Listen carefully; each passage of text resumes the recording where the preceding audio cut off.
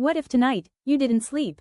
Not poorly, not a little, not at all. Within just 24 hours, your brain chemistry begins to shift. Adenosine, the molecule that builds sleep pressure, accumulates rapidly in the brain. Neural signaling slows, reaction time drops, and attention fragments.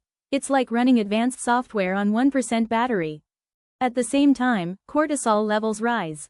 Your stress response activates. The amygdala, the emotional center, becomes hyperactive, while the prefrontal cortex, responsible for logic and judgment, loses control. That's why confidence stays high while accuracy collapses. After 48 hours, neurological instability increases. Dopamine signaling becomes dysregulated, affecting motivation and perception.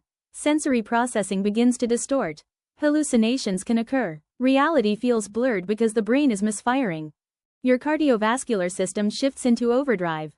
Heart rate increases as adrenaline and cortisol surge. Blood pressure rises, keeping the body on constant alert. Blood vessels constrict, reducing the ability to relax. The nervous system stays locked in sympathetic, fight or flight, mode. Without sleep, the body struggles to return to its normal resting baseline. After several days, systemic damage deepens. Growth hormone secretion declines, impairing tissue repair. Insulin resistance increases, disrupting metabolic balance. The immune system weakens, reducing infection defense. But the most critical failure happens quietly.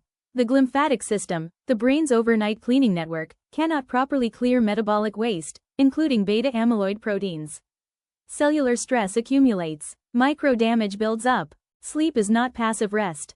It is neurological maintenance, hormonal recalibration, metabolic repair, memory consolidation, immune regulation. Deprive the body long enough, and the system doesn't just feel tired.